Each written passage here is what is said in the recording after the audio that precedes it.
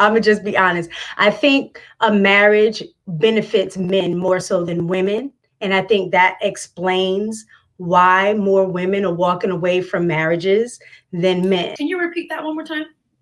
Not you, Shantae. What you just said about who benefits more from the Oh, marriage?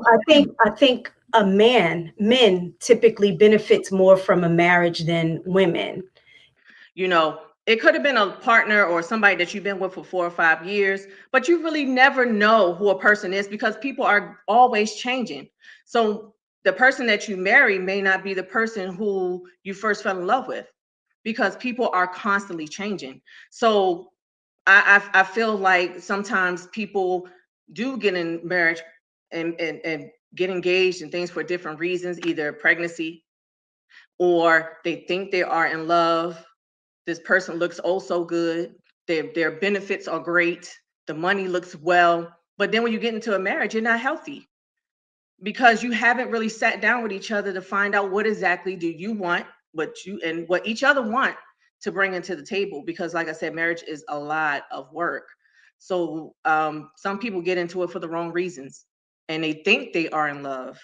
And then when they get married, they see that it's hard work and it ain't what you thought it was going to be cut out to be. Anybody else? Well, I was going to say it was something that Lisa has said that, women walk away, what have you. No, that men will walk away. But honestly, just based on like statistics and stuff, women are leaving marriages at a higher rate than men. They're the ones that are typically filing for divorce. Um, and and for me, I definitely believe that I'm gonna just be honest. I think a marriage benefits men more so than women, and I think that explains why more women are walking away from marriages than men. Can you repeat that one more time? Not you, Shantae. What you just said about who benefits more from the Oh, marriage? I think men typically benefits more from a marriage than women. And I think there's somewhat of a correlation between that's probably why women are divorcing at higher rates than men. Just kind of looking at like just some general studies, it said like men benefit even though they're more reluctant to get married. Is weird that they're more reluctant because marriage benefits them more. They typically have better health outcomes. They typically end up with higher earning potential when they're in a marriage. They typically it says that they are happier, whereas I think the opposite is true for women. I think when women get married, they take on more responsibility. Like because even for me, I thought about like prior to being married, what my life was like, right? You have that freedom, that sense of independence, and you're just able to move in different ways. But then once you get married, that changes. So now not only are you just taking care of yourself, so to speak, the expectation for you to take care of your husband as well is placed on you. So you were doing all of the responsibilities you had prior to marriage, but now you're taking on more because now you're taking on some of the responsibilities for your husband. Now you're doing their laundry. Now you're doing the cooking. Even though you're still working. So the expectations of home in addition to work is placed on the women, whereas I don't think that same expectations are placed on men in a marriage. Just thinking, traditionally speaking. So let me ask y'all a question. I'm gonna be honest. So is it tiring? So what I'm getting from you, Tara, is it tiring? And do you think is this is work overload? It's kind of like just tiring. Now I know there are people. So let's just be very honest. people on this panel are experiencing very different types of marriages. Okay. Some of us are stay-at-home women. Some of us are working women. So let's be mindful when we speak of, but do you think of the relationship of marriage? Do you think that it's tiring because of the workplace, or why do you think it's so tiring? I think it depends on each individual marriage. I think a lot of times we go into marriage based on traditional expectations. And then when we get into marriage, we realize that those traditional expectations are unrealistic today. Like the expectation for the man to be the breadwinner and the protector. And those are the only roles that he has. And then the woman is expected to, take care of the family, take care of the husband. And like, if you're a working woman, mostly now you need, two incomes. So adjustments have to be made. You can't expect a woman who is working full time to then come home and only cater to her husband and take care of the kids on top of the 9 to 5 that she's done all day, just like you. So I think if the mindset doesn't shift for the couple in the marriage, then it's going to be very difficult to maintain that level of I guess that level of expectation. Like I can't be, your wife, and then on the flip side, you want me to be, your your hoe on top of that, like all of these different, then a mother on top of that, then, the working woman on top of that. Like I can't be everything to everybody. So the way that will work is the shift in expectations of how are we going to define our relationship for it to work for us? And I think that's the key. Thank you. Anybody else want to chime in on that? Yes, I would like to chime in on Ms. Taken. I agree with some points. I've never seen the research that states that men are more, you know, they're more prone to want to be married. It seems like the women are more, and we're just kind of forcing the men, and they be like, ah, oh, No, okay, no, no. whatever. She said that women, she said that they get the benefits. There are more benefits for men, but the women, well, the benefits, they're least prone right, to want the marriage, but they get the most benefits. right. Okay, so they get the most benefits, and that the women are more. I think that women are filing divorces at a high rate now because we know what we want and what we deserve when we get into a marriage, and we're not taking anymore, allowing a man to just step on us and do whatever they want to do, because we are working women. Some of us, whoever's on here, some of us are working women. We have to be the one. Some of us may even be the breadwinner. Some of us may be the one that's going to school, trying to be better for our families, trying to bring our families up. We the one who had to come home and cook for our kids and be the one to be the sexy person in the bed and try to make everything all nice and neat for our husband and keep the house clean. And that could be a lot on us. And I feel like most women don't have that conversation before they get into a marriage. That should be the first things that you guys talk about. Hey, what do you expect of me as your soon to be wife? What are your expectations? And let me tell you what my expectations are. And if they don't match, then the marriage is not going to work. So, I do feel like women, we do carry a lot on our back when it comes to being married. Of course, you got to compromise. It ain't no more freedom or just getting up and go, because then you got to say, hey, sweetie, I'm going to go to the store. Do you mind for a second? And you feel like, dang, why I'm telling this man why I'm going to the store? What he need to know why I'm going to the store for? Like, I'm grown. I'm a grown woman. Like, what he need to know that for? But then it's like, but babe, why you didn't tell me you went to the store? Because I'm worried about you.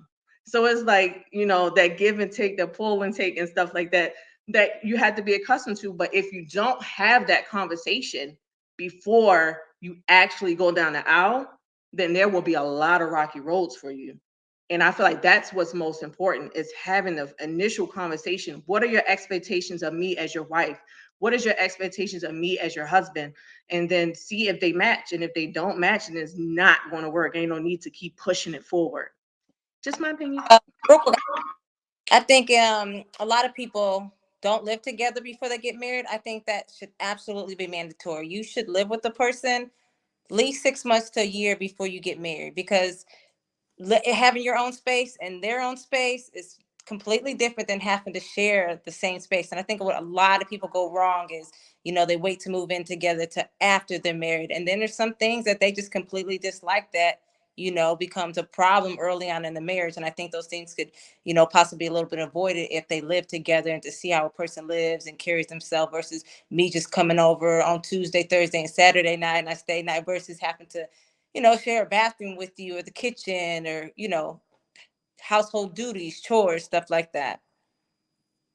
But I do agree, like, as a woman, like for me, I'm a big perfectionist, but as a woman, especially when you throw kids in the mix, it's just your plate becomes so full, and then you start juggling all these things, and then you don't want to put certain things in a to-do list. But sometimes it just becomes overwhelming, and you kind of got to make a to-do list just to make sure, you don't burn yourself out, or just to kind of stay afloat. Like for me, I used to feel, that I had to cook a fresh breakfast, fresh lunch, dinner, and, it just became a lot. So you just got to kind of find out what works for you and your husband or your family, to where you're lightening each other's loads and taking it, splitting stuff, lightening each other's loads, helping each other out. So one person, just because I'm the woman, I have to do all this. And just because you're the man, you have to do all of this. Right. And Shantae, I would also like to put out this point. We got to also think about culture. Cultural, there's a big difference. I'm Black and Hispanic. So, but I was raised with my mom who's Black, and then my father's side is Hispanic, and the culture difference is totally different when it comes to marriage. Like if you could be 15 or 16 and you have your boyfriend over the house, he's your marido, which means he's your fiance already. He's like, oh, that's her boyfriend, her husband. I'm like, wait, they just live together and they 16. How does the husband? So it's like a whole culture difference that you have to think about also. When it comes to marriage, and a woman being, you have to, in a Spanish, his culture, the woman is very submissive. A lot of them don't work. They cook that fresh breakfast and lunch and dinner. So that was really hard for me to adjust to, even though I saw my grandmother do it. But again, I was raised with my mom, who was very independent, who was like, I'm going to cook, I'll serve you, but come on, you can clean the laundry or do the dishes. If I cook, you do and it's like a culture difference too. So that's a major issue. So I'm glad you brought that up, because first of all, did anybody else want to chime in on that before I move on? Yeah, I do. Okay, go ahead. Cultural. I think a lot of times when you're dating or even living with somebody, it's so important to pay attention to their family and what they come from, because that's what they're going to expect in your marriage. You have to pay attention to the relationship that their mother has with their father, or the next husband she gets with, or whoever, vice versa. Pay attention to the aunts and uncles. It's that culture that they're used to, and most men, they want that in what they grew up, what they saw, how their mom takes care of them, because now you're the next woman in their life. Whether it's an aunt or uncle, whatever it is that they're used to, you become that next person and how they want to be treated. And a lot of time, women, we're so focused on trying to get this husband, or trying to make sure that we're taken care of, that we lose the simple fact that, oh, I get it now, because your family's like that. And we don't like to compromise, because we have our faults in how we were raised, or how our culture is too. And that sometimes is a make or break. People don't pay attention to those things, whether or not, are they a family person? Are they, do they take the trash out? Did their mom treat them, or teach them how to speak to a woman, or how to take care of a woman? And if none of those were taught, then you're going to have to be the one to teach them. And are you willing to put up with that? Because sometimes they don't want to be taught. They want you to do everything. And if you're okay with that, then everything's good. But if you're not, then that marriage it's going to become heavy, and eventually it will break. So the cultural things align with how family is as well. So these are things that people don't talk about. These are things that people don't even bring up when you're dating, or, am I going to get to meet your family? Am I going to get to go to the family reunion before I even marry you? Because I want to see if I'm going to take your last name. I didn't even know what kind of I want to say what kind of drama I'm putting myself into. Because there's, you need to know. Mhm. Like, don't just wing it on me. Oh, I'm your wife now, and then all of a sudden I go to the family reunion and there's a whole bunch of stuff. But I want to know, like, am I willing to put myself in that position where I can accept this, not get married and then you find out after the fact. It's so funny, and that's going to be another topic, because I do want to have a topic where we talk about marrying interracially. Marrying among the races, because that's very popular right now. And so I'm glad that I have you guys as friends. So you can be a part of that conversation. Real quick, I want to say sometimes it's the opposite as well, Sandy. Like, for example, I'm not going to get personal, but like a man could have been a great mother, but it could have been things that he didn't like in his mother as a woman that he's going to search for in his wife, where he felt his mother lacked from him, or his childhood, that he wants his kids to. It could just be as simple as the mother worked all the time, was never there. When she did get home, she was too tired, she went to sleep, and she wasn't around because she was always business. And maybe now he knows that he doesn't want a wife to be a doctor or somebody who has like a high heavy schedule, heavy workload. She's not home enough. So that's another topic that I wanted to bring up. Anybody else wanted to piggyback on the one we just spoke about? Because okay, go ahead. Hi. Just joined us from off of the road, the streets of Atlanta. I didn't want to start over with you reading the question. I was trying to jump in when I could. However, I agree with everybody. I definitely agree with what Lisa said, basically about, not just thinking that he has expectations, but also the female has expectations as well in a marriage. I think, and just like you said, it goes back to the culture. I do feel like growing up, me just African American, my mom and dad was married my entire life, and they stayed together regardless of anything. It was, through thick and thin, really. So that's how it was back then. So, when you go off and you get married, of course you want to mimic um, what you've been taught, but sometimes you don't take into account the things that they really went through, and understanding that they were really strong for staying, and not everybody is strong. um you're strong in your own way, but to deal with certain things that maybe you have seen, you may not be as strong. So um I do want to say, coming up here as a happily divorced hallelujah, thank you, woman, I was married for 16 years. So, my mom and dad, like I said, they got married and they died the same year at the same age, together. So it was like, when one heart stopped, the other one wasn't far behind. But, with mine, when one heart stopped, I just picked up and kept it moving. You understand what I'm saying? So we have to realize that just because, our parents, or whoever we look up to, have stayed in a marriage for so long, and they dealt with so much, we don't always have to stay there and deal with it. And sometimes we as women, we want to be married because that's just the way it is. It's kind of, when you go home, parents will be like, you ain't married yet, you ain't met, so it's kind of women do catch a lot of, grief there or whatever, when it comes down to, that, or you haven't had a baby yet. So,